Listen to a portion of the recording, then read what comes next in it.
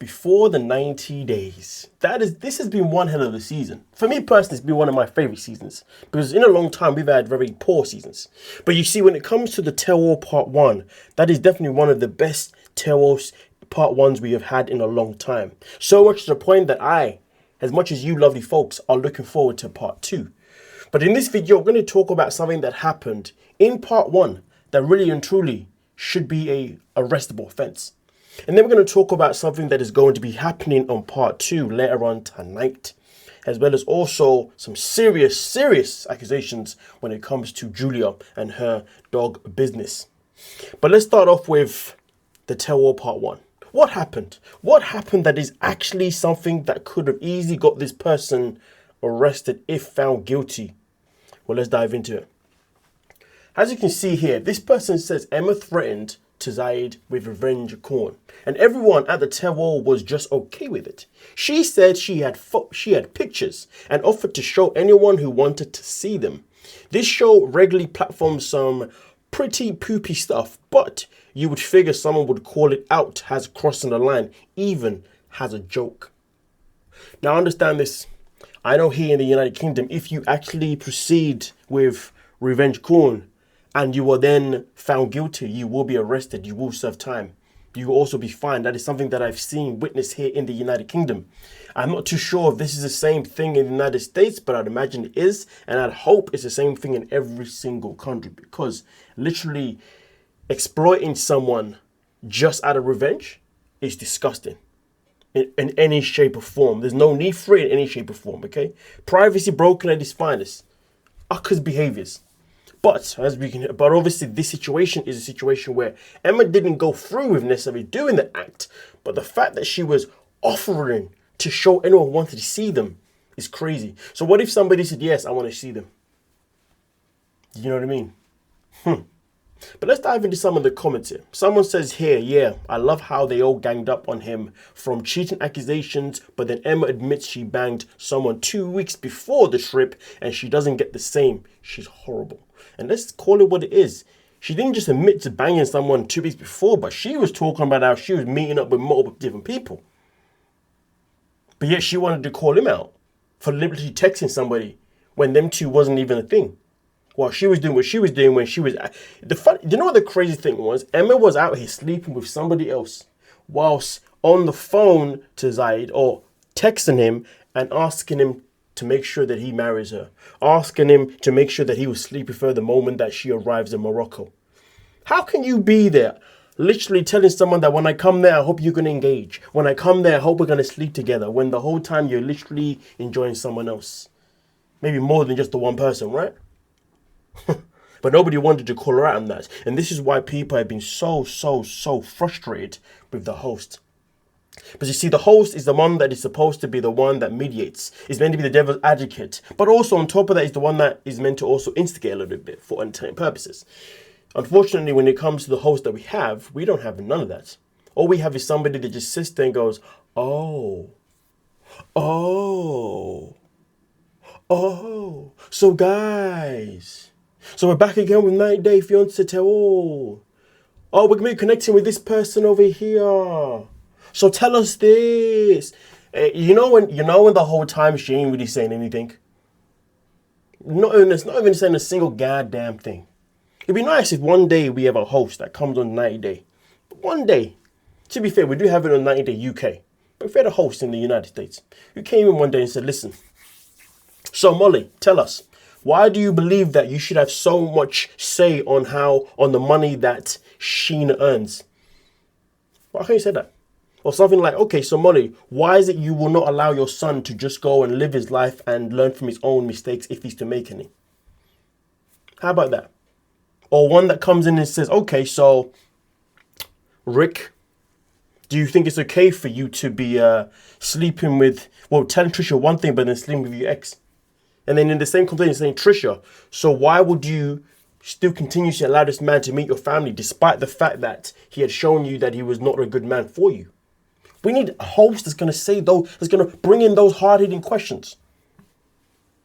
But we don't have that. And unfortunately, we never will. We have one that just says, oh, So coming up on the calamity. But anyway, let's continue here. Yeah, they both suck, but I guess it's easier for them to gang up on the Muslim dude who isn't even physically in the room. Bunch of herd mentality symptoms on the show. Always need to take a side, and yes, they do always need to take a side, don't they? And unfortunately, half the time when they take a side, they always take the wrong bloody side. No one wants to be the season villain, so they pile onto themselves to look better. Equal trash all around. The tell-alls are disgustingly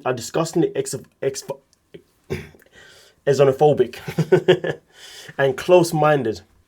The foreign partners are always blamed and attacked for any and every relation issue, whether it be an action they themselves did or how they reacted to their American partner. They're always being jumped. I mean, listen, I'll say this though. When it comes to the cast members, yes, it does always feel like the American cast members are more likely to jump onto the foreign cast member a lot of the time. That is exactly how it is always looked at for the most part. There's only been the exception here and there when it's come to maybe someone like an Andrew Dean, but even then, people have been afraid to really tell her how they really feel. So it is true when it comes to cast members from the States, yeah, they always find a way to pile on the person that isn't even in the bloody room on a bloody screen.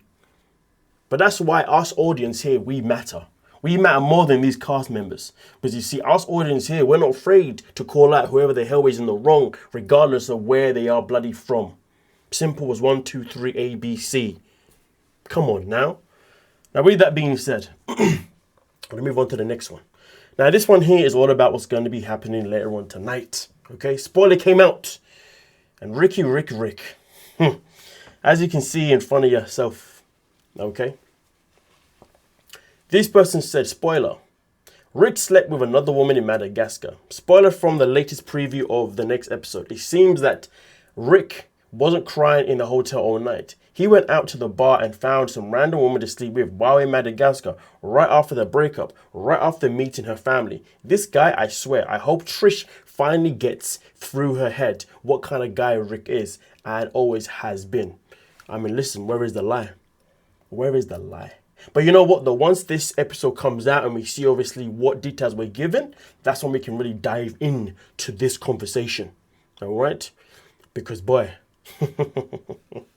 unfortunately, it does not surprise me.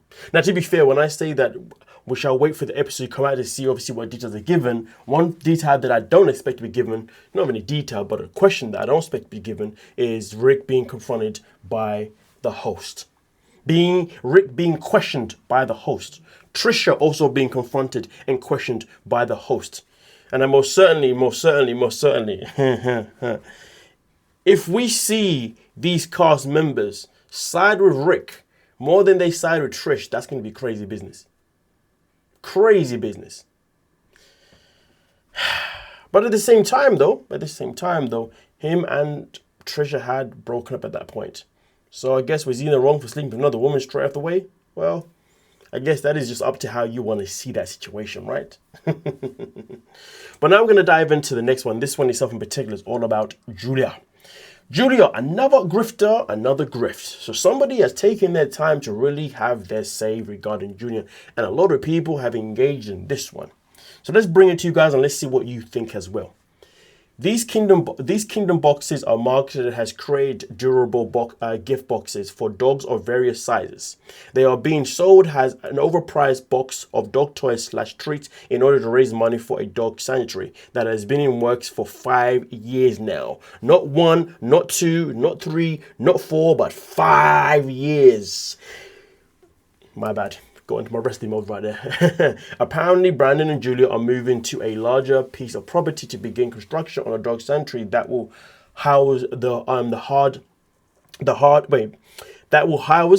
to place dogs coming from animal shelters. They have recently grifted on social media platforms to tune into $250K to gain the process of breaking ground, as well as building a new home for themselves. As an individual who is heavily involved with rescuing and fostering dogs, 200K is a drop in the pan for a dream of this size. It can cost the thousands of dollars to rescue just one dog, and let's Be honest. Julia doesn't need to be on social media grifting for money to build a new home in order to save the dogs. The individual that I foster for has been running her rescue organization out of her house for years. She uses her cell phone, her personal credit card, and the contact she has made over the decades. And from that, she has made a difference in the lives of hundreds and hundreds of dogs. Julia doesn't need a new home with a single hang outside or a new piece of property. She could easily be doing something right now.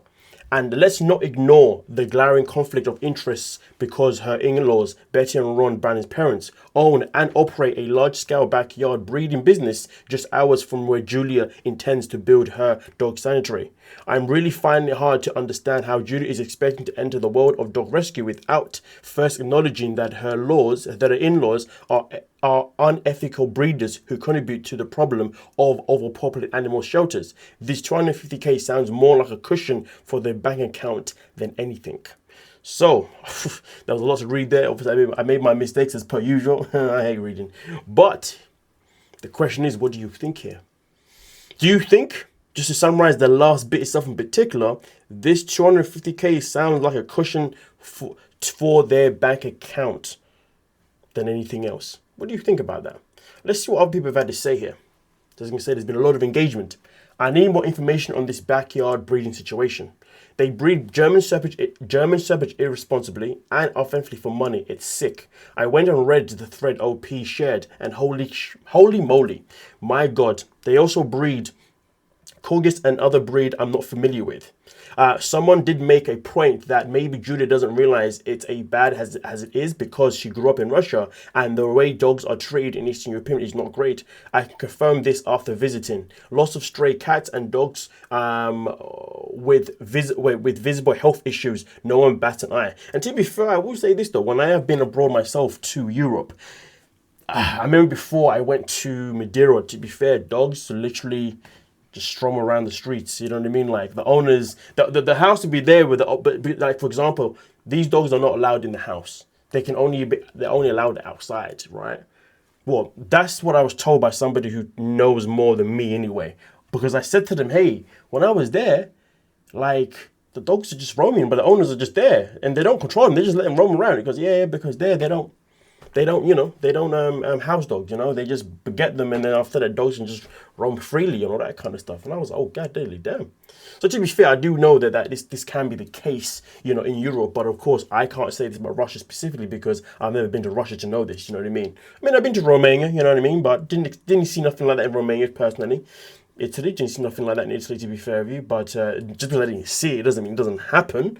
But yeah, these are things that, but again, I said before, this is, a very serious matter itself in particular here. But I will say this though, I wouldn't use this as an excuse. Just because Julia is from Russia, I wouldn't use as an excuse to why. I wouldn't use an excuse in terms of just because they raise dogs or breed dogs different in Russia, it doesn't mean that she can't be educated on how it's supposed to be done in the States. Because you see, if you want to open a business in a different location, what's the most important thing you should do before you open a business in another location? Research. So you'd have to research how things work, how you're supposed to do things, especially if you want to build this dog sanctuary. See, if you want to build it and you want to keep it open, you got to make sure you follow the regulations, right? But bear in mind that the business that we're talking about, this is going to be something that's going to be legally built, right? So therefore, I'd imagine there'll be inspections done every now and then to make sure that the dogs or whichever animals are going to be there are going to be treated properly. They're going to be in the right environment.